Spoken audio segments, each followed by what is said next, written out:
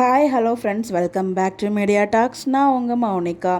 Mahanadi week 12ஓட TRP ratings பார்த்துலாம் நல்லாவே இம்ப்ரூவ்மெண்ட் ஆகியிருக்காங்க.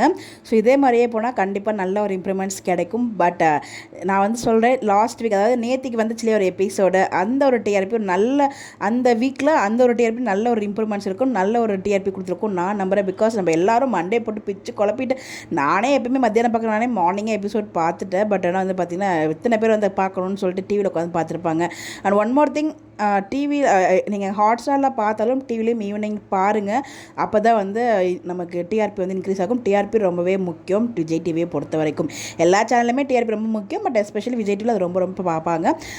எவ்வளோ நல்லா போனாலும், எவ்வளோ சொல்லி எவ்வளோ பெரிய ஃபேன் பேஸ் இருந்தாலும் அவங்களுக்கு டிஆர்பி அங்கே கிடைக்கலன்னா அவங்க வந்து அதை என் பண்ணுறது தான் யோசிப்பாங்க. ஸோ அதான் அந்த இடத்துல மென்ஷன் பண்ணணும்னு நினச்சேன். ஸோ டிஆர்பி பார்த்துலாம். ஸோ அர்பன் அண்ட் ரூரலில் வீக் 12 வந்து பார்த்திங்கன்னா 4.06 வந்து வாங்கியிருக்காங்க. அர்பனில் ஒன் செகண்ட் கம்பேக் கொடுத்துருக்காங்க 5.